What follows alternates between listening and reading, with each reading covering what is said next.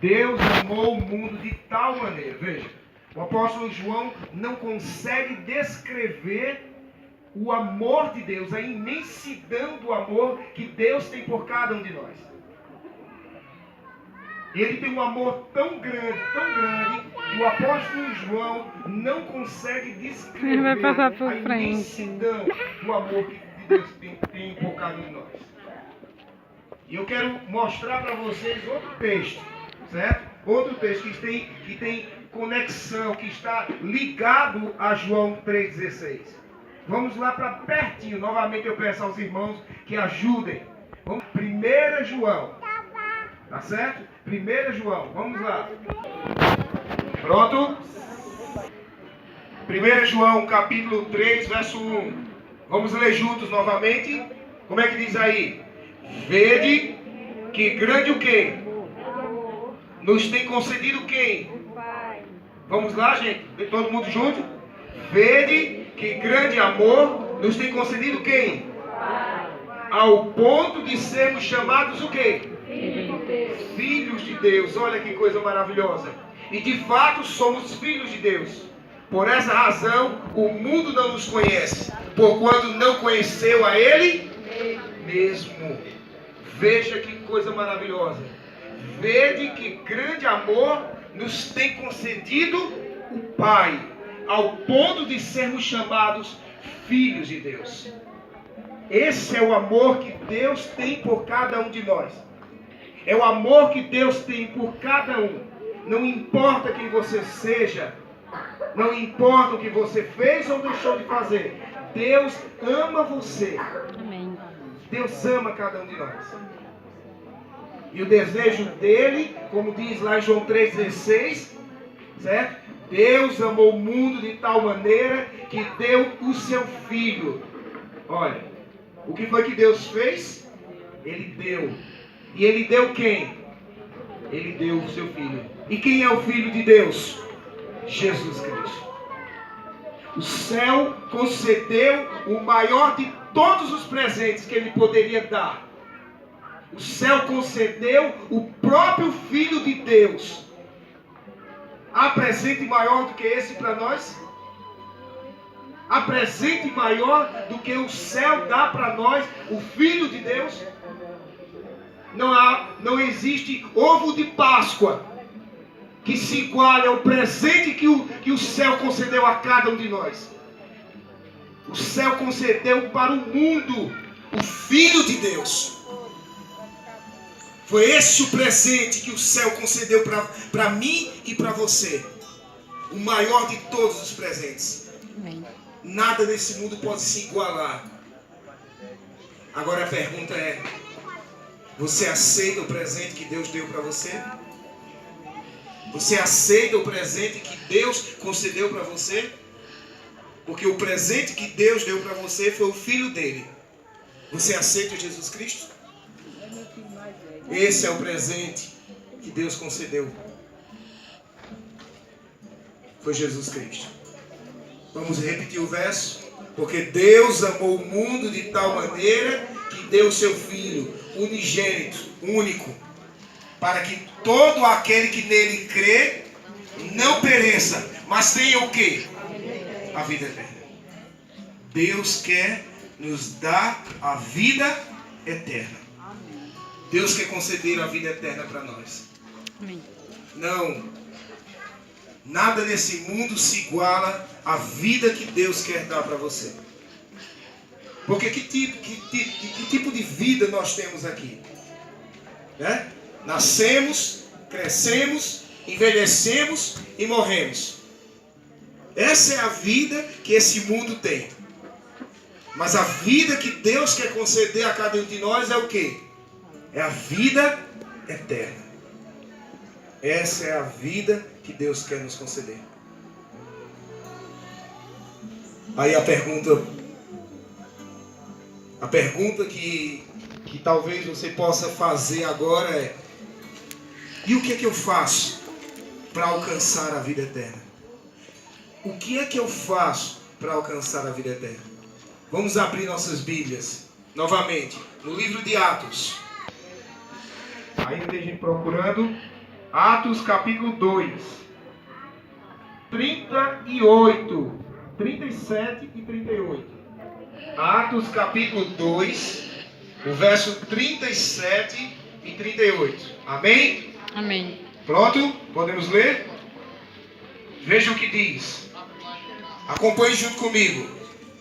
Ouvindo eles estas coisas, compungiu-se-lhes o coração e perguntaram a Pedro e aos demais apóstolos: que faremos, irmãos? Você entendeu aqui o texto? A palavra diz compungiu-se, ou seja, o coração deles foi tocado. Pedro havia, junto com os outros discípulos, pregado a palavra de Deus para uma grande multidão. E a Bíblia diz que naquele dia 3.000 pessoas entregaram o coração a Cristo. 3.000 pessoas se converteram e entregaram o coração a Cristo. E Pedro pregou a palavra de Deus para aquela multidão. E os corações daquelas pessoas foram tocadas, foram movidas. Eles sentiram a necessidade em seus corações de entregar as suas vidas a Deus. O Espírito Santo tocou no coração daquelas pessoas. O Espírito Santo moveu o coração delas. E agora, movidos pelo Espírito Santo, tocadas pelo Espírito Santo, a pergunta que aquelas pessoas fizeram após a pregação de Pedro foi: o que faremos, irmãos? O que nós faremos?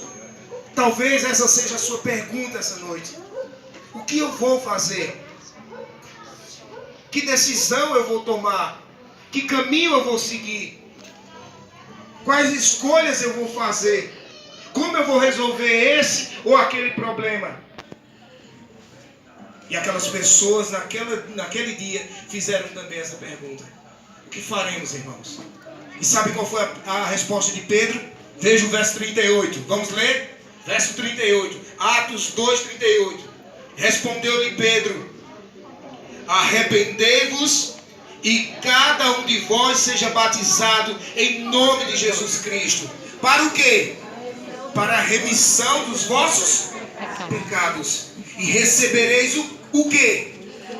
O dom do Espírito Santo. Você percebeu qual foi a resposta de Pedro para aquelas pessoas? Diante da pergunta: o que nós vamos fazer, irmãos? Como alcançar a vida eterna? E a resposta de Pedro para aquelas pessoas foi: arrependam-se. Arrependam-se, para que os vossos pecados sejam apagados. Há uma condição, irmãos. Há uma condição, meus amigos, para que nós possamos alcançar a vida eterna. E Pedro falou aqui para nós qual é a condição. É arrependimento. Essa é a condição para que nós possamos alcançar a vida eterna. Para que nossos pecados sejam perdoados. Para que nossas iniquidades sejam apagadas. Para que a gente seja perdoado dos pecados e receba o dom do Espírito Santo. Nós precisamos nos arrepender. Nos arrepender de nossos erros, nos arrepender de nossas falhas, nos arrepender de nossos pecados. Nós precisamos nos arrepender. É preciso deixar o pecado de nossas vidas, abandonar as coisas que existem de errado em nossa vida, para que Deus possa nos perdoar. Talvez alguém diz: mas me arrepender do quê? Veja, Cristo não veio buscar pessoas que não têm pecado, ou que pensam que não têm pecado. Cristo veio buscar aqueles que sentem a necessidade de arrependimento. Veja, abra a Bíblia de vocês novamente em Lucas capítulo 15. Lucas 15, verso 7. Vamos ler?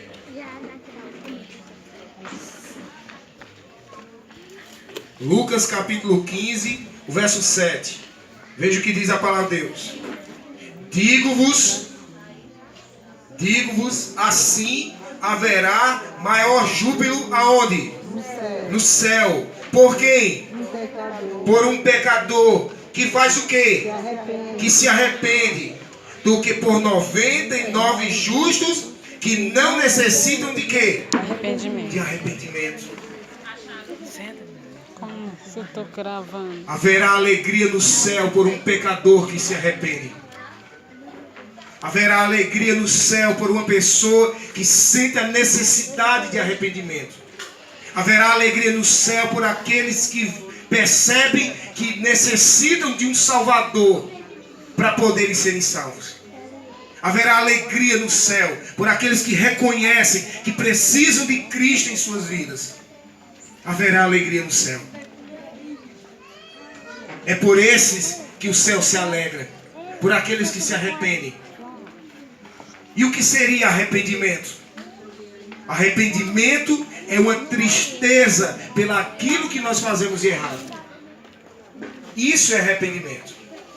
É a tristeza, nós sentimos uma tristeza dentro do coração pelo aquilo que fizemos de errado. Vamos ver na Bíblia? Vamos ver na Bíblia. 10.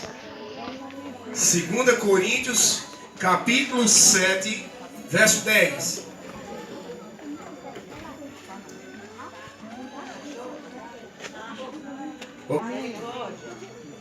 Segunda Coríntios capítulo 7, verso 10 diz assim: porque a tristeza, segundo Deus, produz o quê? Arrependimento. Para o quê? Que a ninguém traz pesar. Mas a tristeza do mundo produz o quê? Morte. A tristeza de Deus, a tristeza que nós sentimos, certo? Ela produz, segundo Deus, ela produz arrependimento. Ela produz arrependimento para a salvação. É isso que a tristeza, segundo Deus, traz. Ela traz salvação. Quando nós sentimos dentro do nosso coração que magoamos alguém, que ferimos alguém, nós sentimos uma profunda tristeza dentro do nosso coração. Porque ferimos, porque magoamos. A mesma coisa em relação a Deus. Quando nós fazemos alguma coisa de errado, quando nós sentimos que desagradamos a vontade do Pai Celestial, nós sentimos dentro de nosso coração uma profunda tristeza. E essa tristeza nos leva ao arrependimento. Essa tristeza nos leva a reconhecer que nós necessitamos de Deus em nossa vida. É isso que o arrependimento faz. E um detalhe: arrependimento significa uma mudança de direção. É como se você estivesse caminhando em uma direção e de repente em um caminho, e de repente você percebesse que aquele caminho que você está seguindo, aquela direção que você está seguindo, não é a direção certa. E aí o que é que você faz? Volta. Muda de direção. Você dá uma meia volta na sua vida. E aí você então segue por outro caminho. Isso é arrependimento. É uma mudança de direção. É uma mudança de vida. É a gente deixar aquele caminho que a gente estava seguindo, aquela vida que a gente estava vivendo, e agora então deixar essa vida para trás e seguir por outro caminho, por outra vida, em outra direção. Isso é arrependimento. E quando nós nos arrependemos dos nossos caminhos errados, quando nós nos arrependemos de nossas vidas erradas, de nossas escolhas erradas, o que é que nós devemos fazer? É nunca mais cometer aquele erro. É nunca mais seguir por aquele caminho. Se eu percebo que aquele caminho me faz mal, se eu percebo que aquela escolha que eu fiz não foi a escolha certa, o que eu devo fazer? É voltar atrás. É voltar atrás. É não seguir mais por aquele caminho. É seguir em outra direção. Isso é arrependimento. Nós necessitamos de arrependimento na nossa vida para que nós possamos ser salvos. Necessitamos de arrependimento. Todos nós. Todos nós. Todos nós necessitamos de arrependimento. De nos arrependermos e fazermos uma escolha diferente na nossa vida. E Deus está disposto a nos perdoar. Deus está disposto a nos perdoar. Ele pode nos perdoar de todos os pecados.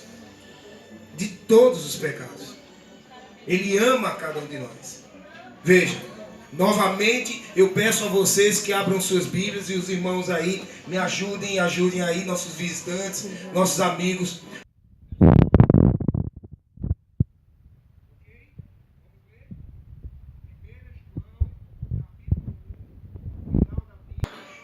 Se fizermos o quê?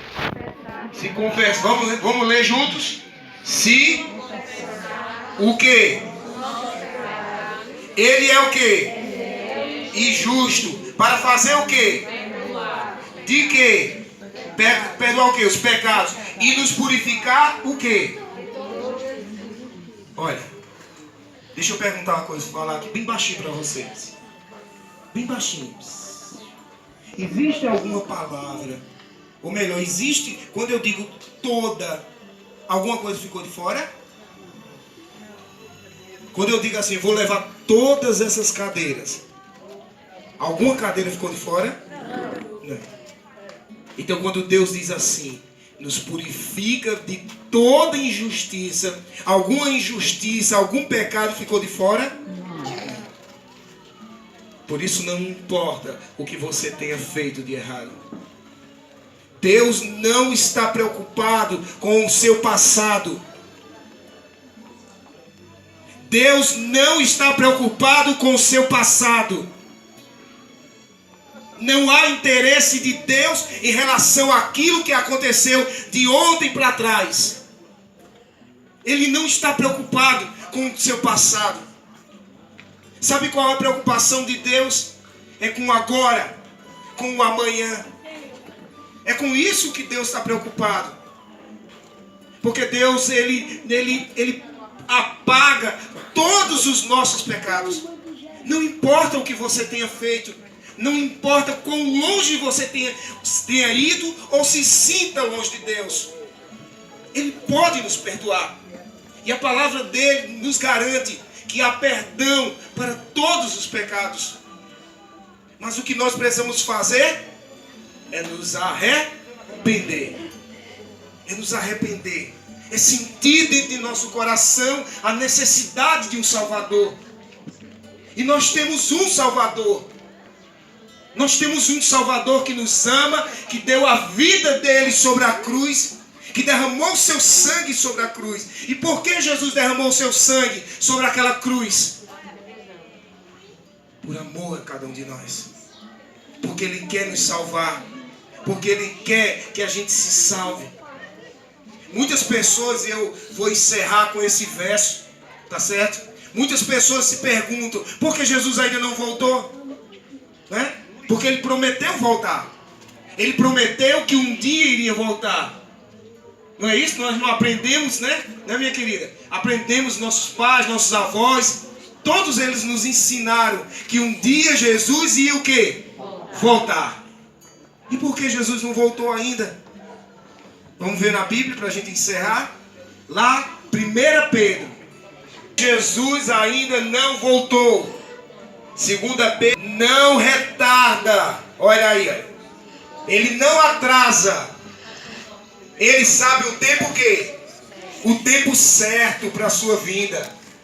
Cristo não retarda, como alguns julgam demorado. Certo? Ele não retarda a sua promessa, como alguns a julgam demorada. Pelo contrário, olha, Pedro enfatiza. Ele diz, pelo contrário. Ele não demora, ele não se atrasa. Ele vai chegar no tempo que? No tempo certo. Porque ele sabe o dia da volta dele. Ele sabe. Mas por que ele aparentemente, né? para nós, aparentemente demora. Por quê? Aí ele diz aqui, pelo contrário, ele é longânimo. Sabe o que significa a palavra longânimo? Paciente. Ele é paciente. E ele é paciente com quem? Conosco. Para quê? Porque ele não querendo que nenhum que pereça, senão que todos cheguem ao quê? Ao arrependimento. Você entendeu por que Jesus não voltou? Porque ele está esperando por você. Porque ele está esperando por você. Porque ele está esperando por você. Porque ele está esperando por mim. Porque ele está esperando por nós. Foi por isso que Jesus ainda não voltou. Ele espera por cada um de nós. Ele espera que nós nos arrependemos dos nossos pecados. Que a gente abandone os pecados da nossa vida. Que a gente quebre as correntes que ainda nos